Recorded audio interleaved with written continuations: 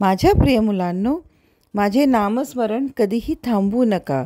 तुम्ही कुठेही गेले तरी माझी उदी सोबत घेऊन जा. उदी तुमच्या नकारात्मक ऊर्जेपासून संरक्षण करेल. तुम्ही तुमच्या शरीराला काय देत आहात याची काळजी घ्या.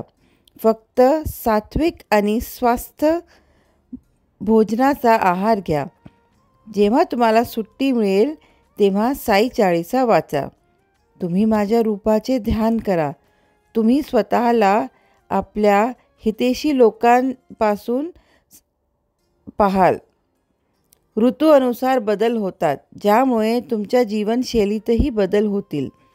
तुम्ही नीट लक्ष दिल्यास जेव्हा तुम्ही निसर्गाच्या सान्निध्यात फिरतात तेव्हा तुम्ही आनंदी आणि समाधानी असता, आणि जेव्हा तुम्ही निसर्गाच्या विरोधात जाता तेव्हा तुम्ही अस्वस्थ किंवा निराश होता.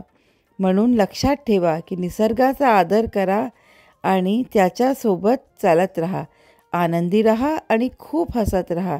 माझे आशीर्वाद सदैव तुमच्या पाठीशी आहेत.